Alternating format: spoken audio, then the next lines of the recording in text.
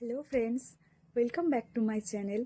जो लोग मेरी चैनल में नया हो, मैं वो लोग को फिर से बता देना चाहती हूँ। हाय, आई एम रोबिना बेरा। Recently I crack not set 9 with my EWS rank is 85 and all India rank is 1096। और तुम लोग को जैसे कि मैं पहले ही बताई थी कि मैं MSN का जो इंटेलेक्ट सॉन्डर्स का बुक से MSN का सारे MCQ सॉल्व कराऊंगी। और आप लोग भी मुझे कमेंट में बोले थे कि दीदी हम लोग को क्वेश्चन सॉल्व करा दो एमिशन का इंटेलेक्ट सॉन्डर्स से। और तुम लोग ऐसे भी प्रीवियस ईयर का क्वेश्चन देखते होंगे, नॉट सेट 7, नॉट सेट 8 और नॉट सेट 9 में भी बहुत सारे क्वेश्चन ऐसा है जो कि इंटेलेक्ट सॉन्डर्स से डायरेक्ट उठा के एग्जामिनर दे दिया है। और उससे ज़्यादा हार्ड क्वेश्चन नहीं आता है, वैसा ही टाइप का क्वेश्चन आता है। उससे इजी भी थोड़ा थोड़ा आता है, पर उससे ज़्यादा हार्ड क्वेश्चन नहीं आता है। और तुम लोग, मैं एक एक क्वेश्चन आप लोग को डालूंगी आप लोग के सामने, और आप लोग वीडियो को पॉज करना करके वो क्वेश्चन को आप लोग फिर से एक बार खुद के हिसाब से उसको सॉल्व करके देखना। और उसके बाद मैं आप लोग को रैशनल बताऊंगी, उसका आंसर बताऊंगी। और मेरा समझाने का तरीका ऐसा नहीं होगा कि आप लोग को बस पढ़ा के छोड़ दिया। मेरा गोल ऐसा नहीं है कि बस पढ़ा दिया छोड़ दिया। मेरा गोल ये है कि आपको क्वेश्चन समझ में आए। वो क्वेश्चन का मैं जो रैशनल आपको बता रही हूँ वो रैशनल आपको समझ में आए। और जो 3 ऑप्शन सही नहीं है वो सही क्यों नहीं है मैं वो भी बताऊंगी आपको।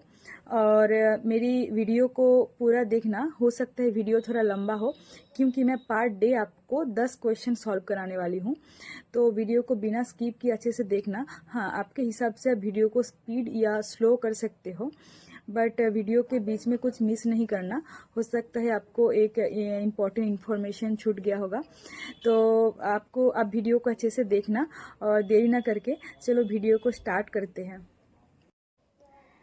तो फ्रेंड्स, हम लोग अभी कार्डियोवास्कुलर सिस्टम का 1 नंबर क्वेश्चन पर है। तो मैं पहले आप लोग को क्वेश्चन रीड कर देती हूँ।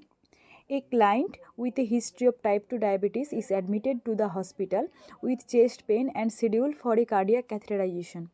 Which medication would need to be withheld for 24 hours before the procedure and 48 hours after the procedure? Option में है ग्लिपिजाइड, मेटफॉर्मिन, रिपाग्लिनाइड, रेगुलर इंसुलिन। तो फ्रेंड्स देखो, हम लोग जब कार्डियक कैथेटराइजेशन करते हैं तो उस टाइम हम लोग एक कॉन्ट्रास्ट मीडियम यूज़ करते हैं जिसको आप डाई बोलते हो। तो वो डाई जब यूज़ करते हैं हम लोग, वो डाई के कारण अगर हम लोग का किडनी का फंक्शन में कुछ इफेक्ट होता है तो उसके बाद हम लोग के बॉडी में मेटफॉर्मिन क्या होता है ना, इंक्रीज़ हो जाता है। तो मेटफॉर्मिन अगर हम लोग का बॉडी में इंक्रीज़ हुआ तो वो हम लोग का बॉडी में लैक्टिक एसिडोसिस करा देगा। तो इसीलिए मेटफॉर्मिन कभी नहीं देना है कार्डियक कैथेटराइजेशन पेशेंट में, मतलब कार्डियक कैथेटराइजेशन जिसका प्रोसीड्यूर होगा। तो इसका ऑप्शन क्या हुआ? इसका ऑप्शन हुआ, आंसर हुआ मेटफॉर्मिन। और बाकी ग्लिपिजाइड और रिपाग्लिनाइड को आप पहले ही क्रॉस कर दो, क्योंकि ग्लिपिजाइड और रिपाग्लिनाइड ये दो मेडिसिन जो है, ये मेडिसिन सेम है, लाइक सेम है। और जब भी कोई क्वेश्चन में 2 ऑप्शन हो और वो 2 ऑप्शन अलाइक हो तो वो 2 ऑप्शन को आप पहले ही रिमूव कर देना। और नेक्स्ट आता है रेगुलर इंसुलिन, इसको भी आप क्रॉस कर दो, क्योंकि रेगुलर इंसुलिन अगर पेशेंट का डायबिटीज़ बहुत ज़्यादा है, शुगर बहुत ज़्यादा बढ़ा हुआ है, तो हम लोग रेगुलर इंसुलिन दे सकते हैं।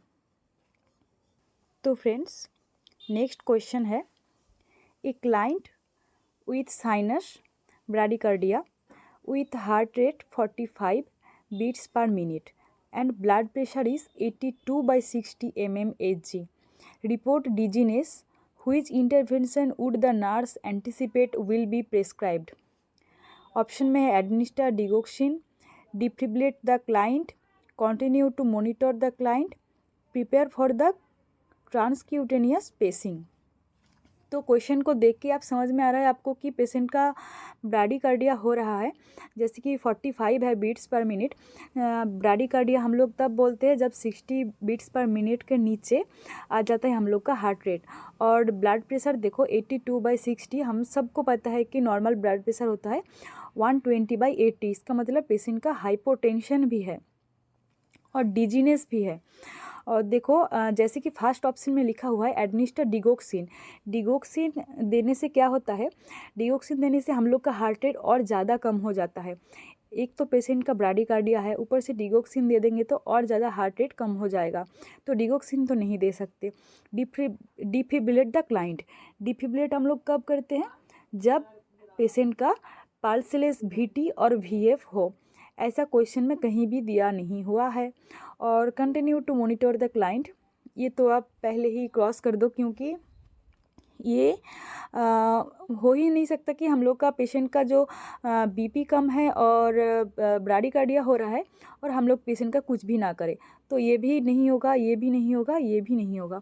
तो क्वेश्चन होगा 4 नंबर क्वेश्चन सही होगा, क्योंकि ट्रांसक्यूटेनियस पेसिंग ये क्या करता है, ये टेम्पोररी पेशेंट का हार्ट रेट इंक्रीज़ करता है, और हार्ट रेट इंक्रीज़ होगा तो BP भी धीरे धीरे इंक्रीज हो जाएगा।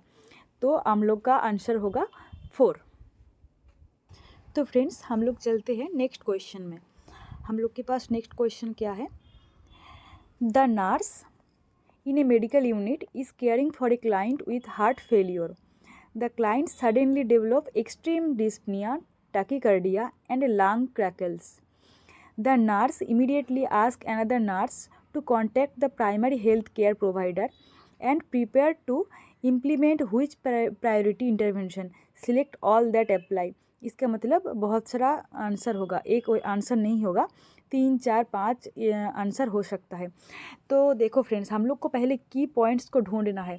क्वेश्चन में दिया हुआ है पेशेंट हार्ट फेलियर, की पॉइंट को कैसे ढूंढते हैं, देखो पेशेंट हार्ट फेलियर पेशेंट है, हाईलाइट करते चलो। हार्ट फेलियर पेशेंट है, पेशेंट को टैकीकार्डिया हो रहा है, डिस्पनिया हो रहा है, लंग क्रैकल्स हो रहा है। लंग क्रैकल्स कब होता है, जब हम लोग का पल्मोनरी एडिमा होता है। तो पेशेंट हार्ट फेलियर का है। तो हार्ट फेलियर हम लोग कब बोलते हैं, जब हार्ट फेल हो जाता है ब्लड को पंप करने में। तो हार्ट अगर फेल हो रहा है ब्लड को पंप करने में, तो ब्लड कहाँ पे जमा हो रहा है, वो ब्लड जमा हो रहा है लेफ्ट वेंट्रिकल में, और लेफ्ट वेंट्रिकल के बाद लेफ्ट एट्रियम के बाद वो ब्लड लंग्स में जमा हो रहा है, जो कि लंग्स का प्रेशर इंक्रीज कर रहा है और लंग्स में पल्मोनरी एडिमा करा रहे हैं। तो ऑप्शन में क्या दिया हुआ है, administer oxygen, inserting a Foley catheter, administering furosemide and administering morphine sulfate intravenously, transporting the client to the coronary care unit, placing the client in a low Fowler sideline position. तो पहले ही तो तुम option C को eliminate कर दो, 6 number को, क्योंकि patient का जब चेस्ट पेन होता है, टैकीकार्डिया, डिस्पनिया होता है, स्पेशली पेशेंट को हम लोग हाई फाउलर पोजीशन देते हैं, लो फाउलर पोजीशन नहीं देते हैं। और नेक्स्ट आता है question option number 5, transporting the client to the coronary care unit. हाँ, ये ज़रूरी है, बट पेशेंट को देखो डिस्पनिया है, टैकीकार्डिया है और हार्ट फेलियर है पेशेंट को, तो पेशेंट को अभी तुरंत शिफ्ट करने का ज़रूरत नहीं है। पेशेंट को पहले स्टेबल करो अपना ICU में या वार्ड में, फिर पेशेंट को हम लोग लेके जाएंगे कोरोनरी केयर यूनिट में। तो ऑप्शन नंबर 5 भी गलत हो गया। ऑप्शन नंबर 4 में क्या लिखा हुआ है, एडमिनिस्टरिंग मॉर्फिन सल्फेट इंट्रावेनसली। हाँ, हम लोग मॉर्फिन सल्फेट तो दे सकते हैं, क्योंकि मॉर्फिन सल्फेट देने से क्या होता है, वो जो प्रीलोड होता है उसको थोड़ा कम कर देते हैं, जो वेनस रिटर्न होता है ना, मॉर्फिन सल्फेट वो कम करता है, और एंजाइटी को भी रिड्यूस करते हैं मॉर्फिन सल्फेट। तो 4 नंबर तो हम लोग दे सकते हैं। फिर आता है एडमिनिस्टरिंग फ्रूशेमाइड, और एडमिनिस्टरिंग फ्रूशेमाइड देने से, फ्रूशेमाइड इसको हम लैसिक्स बोलते हैं। आप लोग अपना वार्ड में ICU में देखे होंगे, लैसिक्स जो मिलता है वो क्या होता है, डायूरेटिक है।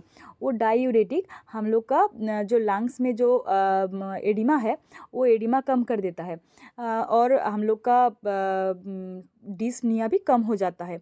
तो इसके लिए हम लोग फ्रूशेमाइड देंगे, और फ्रूशेमाइड देने से मैं पहले आपको बोली हूँ कि ये एक डायूरेटिक है, तो यूरिन बहुत ज़्यादा होगा, तो उसके लिए हम लोग एक्यूरेट मेज़र करने के लिए कि कितना इनटेक कर रहा है पेशेंट, कितना आउटपुट हो रहा है, तो इसके लिए हम लोग फॉलिस कैथेटर भी लगाएंगे।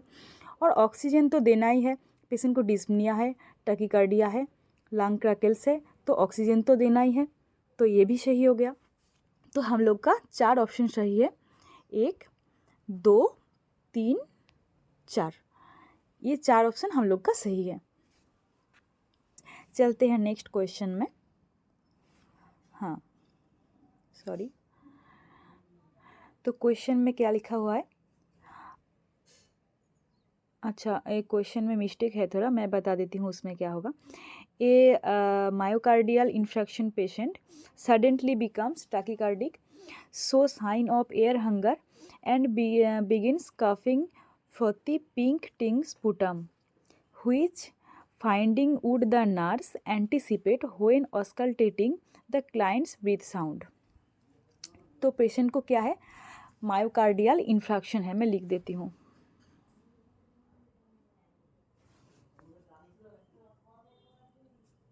मायो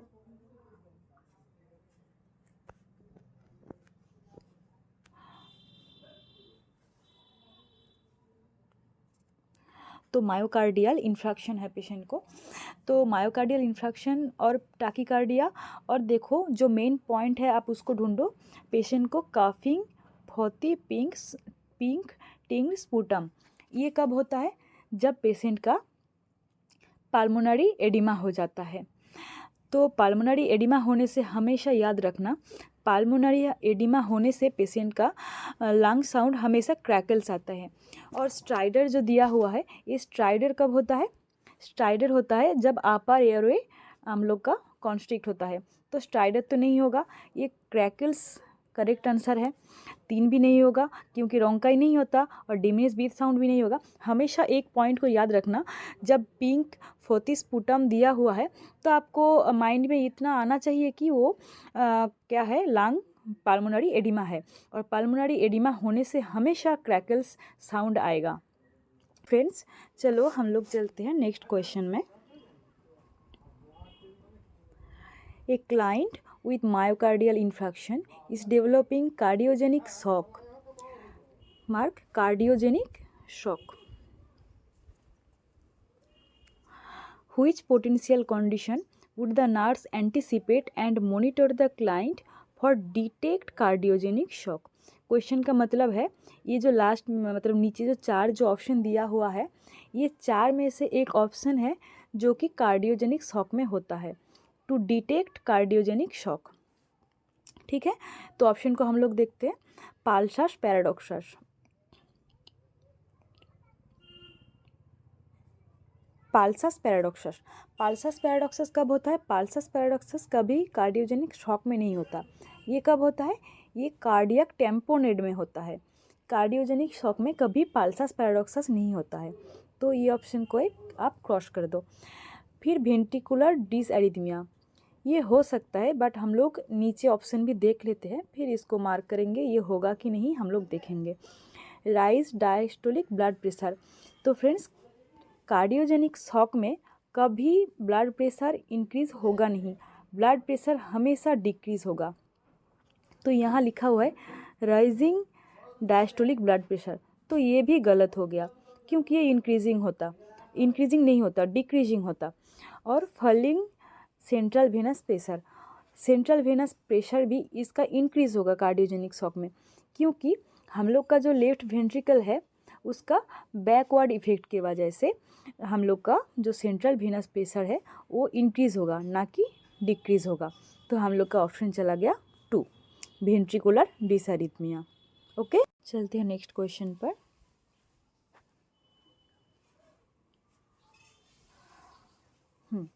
The nurse is reviewing an electrocardiogram rhythm strip.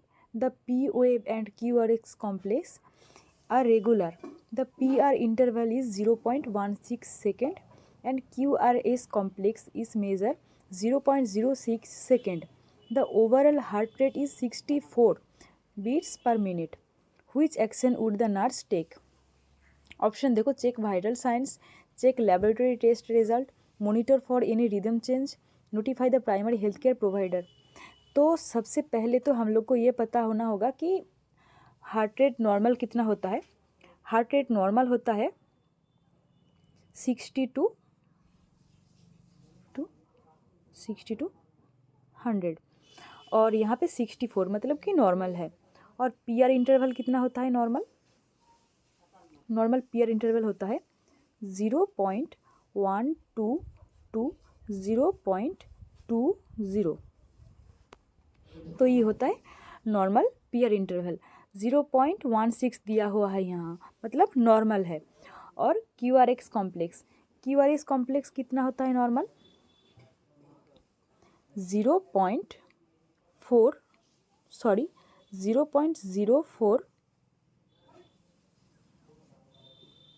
To 0.10, 0.04 to 0.10।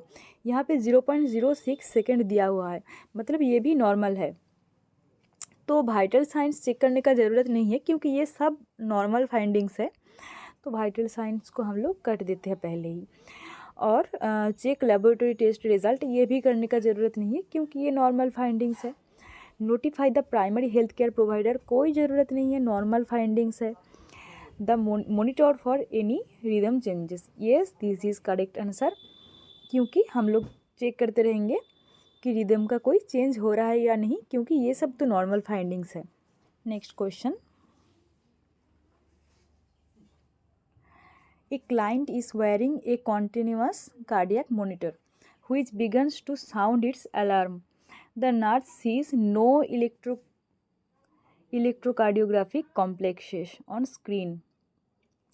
Which is the priority nursing action? Call a code, check the client's status, call the primary healthcare provider, document the lack of complexes. तो option question में देखो क्या लिखा हुआ है दोस्त, यहाँ लिखा हुआ है नो इलेक्ट्रोकार्डियोग्राफिक कॉम्प्लेक्सेस। ये कब होता है? जब पेशेंट का वेंट्रिकुलर फेलियर होता है। और कब होता है? जब हम लोग का जो इलेक्ट्रोड लगा हुआ है वो जब डिस्प्लेसमेंट हो जाता है। तो हम लोग पहले पेशेंट का जो स्टेटस है, पेशेंट का कॉन्शियस लेवल कैसा है, पेशेंट का कंडीशन कैसा है, वो सबसे पहले हम लोग चेक करेंगे।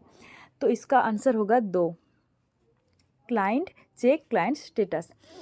कॉल ए कोड, हाँ कोड हम लोग अनाउंस करेंगे, बट पेशेंट का पहले हम लोग स्टेटस चेक करेंगे, उसके बाद ही हम लोग कोड अनाउंस करेंगे अगर पेशेंट ठीक नहीं रहा तो। Call the primary health care provider, वो भी सेम सेकेंडरी है, प्राइमरी नहीं है, क्योंकि हम लोग पेशेंट का स्टेटस पहले चेक करेंगे, उसके बाद हम लोग डॉक्टर को इन्फॉर्म करेंगे। फिर जो document the lack of complexes, ये सब हम लोग सेकेंडरीली करेंगे। ठीक है, तो ऑप्शन होगा इसका 2, चेक क्लाइंट स्टेटस। नेक्स्ट चलते हैं।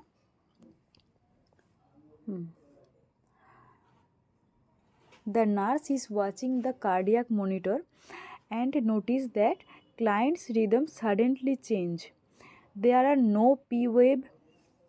Mark the question. There are no P wave. The QRS complex are wide and the ventricular rate is regular but more than 140 beats per minute. The nurse determined that client is experiencing dysarrhythmia. Okay, which type of dysrhythmia? तो option में क्या दिया हुआ है? Sinus tachycardia. Sinus tachycardia में क्या होगा? Sinus tachycardia में P wave, QRS complex and T wave सब कुछ रहेगा। यहाँ देखो लिखा है नो पी वेव, तो साइनस टैकीकार्डिया तो नहीं होगा। वेंट्रिकुलर फिब्रिलेशन में क्या होता है? वेंट्रिकुलर फिब्रिलेशन में क्यूआरएस कॉम्प्लेक्स का कुछ मतलब आता पता नहीं रहता, एक छोटा एक बड़ा, एक छोटा एक बड़ा, ऐसे रहेगा, तो वेंट्रिकुलर फिब्रिलेशन भी नहीं होगा। वेंट्रिकुलर टैकीकार्डिया में क्या होता है? पी वेव नहीं होता, क्यूआरएस कॉम्प्लेक्स होता है, जो कि 0.12 से 12 सेकेंड से ज़्यादा होता है। और इसका ग्राफ कैसा होता है? इस टाइप का। क्यूआरएस कॉम्प्लेक्स सेम रहेगा, but there is no P wave, only QRS complex रहेगा। तो इसका आंसर होगा ventricular tachycardia. Premature ventricular contraction, ये भी नहीं होगा, क्योंकि प्रीमेच्योर वेंट्रिकुलर कॉन्ट्रैक्शन में क्या होता है? एक एक्टोपिक बीट होता है, देखो क्वेश्चन में कहीं भी एक्टोपिक बीट नहीं लिखा हुआ है, तो ये ऑप्शन भी नहीं होगा। तुम लोग को साइनस टैकीकार्डिया जो है, साइनस टैकीकार्डिया में क्या होता है, सारे जो PQRX कॉम्प्लेक्स और T वेव होता है। और वेंट्रिकुलर टैकीकार्डिया में हमेशा हम लोग का जो हार्ट रेट है वो 140 से 180 के बीच में होगा। देखो यहाँ पे क्वेश्चन में लिखा हुआ है more than 140 beats per minute, तो ventricular tachycardia is the answer. Okay, next question. A client has frequent bursts of ventricular tachycardia on the cardiac monitor. Which factor is highest priority with regard to this dysarrhythmia? तो patient का ventricular tachycardia है। Which factor is highest priority? Highest priority with regard to this dysarrhythmia. तो patient को क्या हो रहा है, ventricular tachycardia. Ventricular tachycardia जब भी होता है, इस टाइम पेशेंट डिटोरिएट करके पेशेंट का वेंट्रिकुलर फिब्रिलेशन होने का चांस बहुत ज़्यादा है, और ये एक लाइफ थ्रेटनिंग कंडीशन है, क्योंकि वेंट्रिकुलर फिब्रिलेशन से पेशेंट का कार्डियक अरेस्ट हो सकता है। तो इसमें ऑप्शन में दिया हुआ है it can develop into ventricular fibrillation at any time. सारे ऑप्शन पढ़ के फिर हम लोग आंसर को मार्क करेंगे। It is almost impossible to convert to a normal rhythm. It is uncomfortable but the client give a sense of impending doom. It produces the high cardiac output with cerebral and myocardial ischemia. सबसे पहले तो आप 4 option को cross करो, क्योंकि हम लोग को पता है सेरिब्रल और मायोकार्डियल इश्चेमिया तब होता है जब पेशेंट का कार्डियक आउटपुट लो होता है, ना कि हाई। और it is a uncomfortable for the client giving a sense of impending doom. हाँ, इम्पेंडिंग डॉम पेशेंट का होता है। और it is almost impossible to convert to the normal rhythm. ये तो गलत है, क्योंकि हम लोग पेशेंट को अगर डिसएरिथमिक मेडिकेशन, एंटी डिसएरिथमिक मेडिकेशन या कार्डियोवर्जन कर देंगे तो पेशेंट ठीक हो सकता है। ऐसा नहीं है कि पेशेंट नॉर्मल रिदम में कभी जा ही नहीं सकता, तो ये तो गलत है। तो हम लोग का कन्फ्यूज़न है 1 और 3 में। तो आप लोग भी अगर एग्ज़ाम हॉल में बैठोगे तो आपको भी हमेशा 2 ऑप्शन में कंफ्यूज होगा। तो हम लोग फिर कोशिश करते हैं एक्चुअल आंसर ढूंढने का। देखो हाइट प्रायोरिटी लिखा हुआ है, पेशेंट का इम्पेंडिंग डॉम होगा, बट हाईएस्ट प्रायोरिटी में क्या जाएगा, वेंट्रिकुलर फिब्रिलेशन, क्योंकि मैं आपको अभी बोली ये एक लाइफ थ्रेटनिंग कंडीशन है, पेशेंट का कार्डियक अरेस्ट हो सकता है। तो पेशेंट का हाईएस्ट प्रायोरिटी में हमेशा यही जाएगा, ना कि 3। नेक्स्ट क्वेश्चन, और यही लास्ट क्वेश्चन है हम लोग का आज का।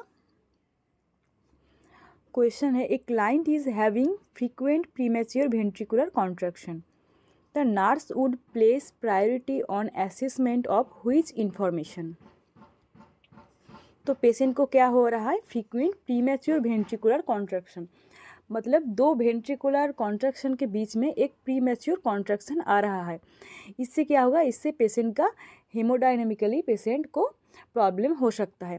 तो nurse would place priority, question को देखो प्रायोरिटी लिखा हुआ है, मतलब ये सारे ऑप्शन सही हो सकता है, उससे प्रायोरिटी ऑप्शन हम लोग को चूज़ करना होगा। ऐसा क्वेश्चन जब भी आता है तो हम सब चारों ऑप्शन में ही कंफ्यूज रह जाते हैं। इस टाइम हम लोग एक ट्रिक यूज़ करते हैं, A, B, C, airway,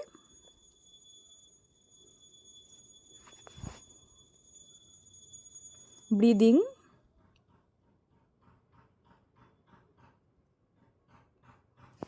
circulation.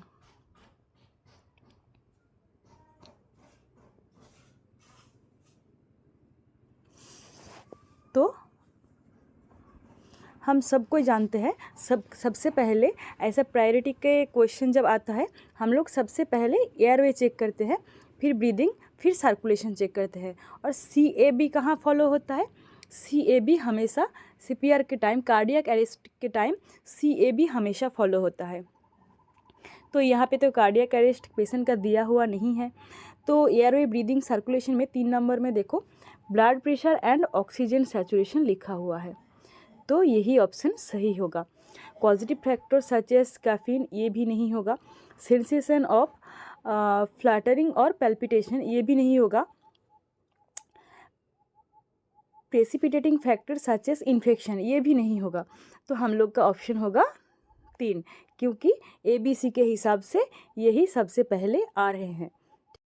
तो आज कंप्लीट हुआ 10 क्वेश्चन जो कि एनक्लेक्स फाउंडर से लिया हुआ है। और तुम लोग वीडियो पॉज करके तो ऑप्शन सही किए होंगे, तो कितना सही किए खुद का रेशनल लगा के मुझे कमेंट में ज़रूर बताना। और मैं तुम लोग के लिए ऐसा ही मेहनत करने के लिए राज़ी हूँ, तुम लोग के साथ मैं मेहनत करने के लिए राज़ी हूँ। मुझे बस एक तुम्हारा सीट चाहिए, तुम्हारा एक सिलेक्शन चाहिए। और वीडियो अच्छा लगा हो तो लाइक ज़रूर करना और शेयर करना ना भूलना, सब्सक्राइब करना, क्योंकि मैं हर दिन 10-10 क्वेश्चन आपको सॉल्व कराने वाली हूँ। आप अगर सब्सक्राइब कर लोगे तो आपको नोटिफिकेशन सबसे पहले मिल जाएगा। तो मिलते हैं नेक्स्ट 10 क्वेश्चन के साथ। आज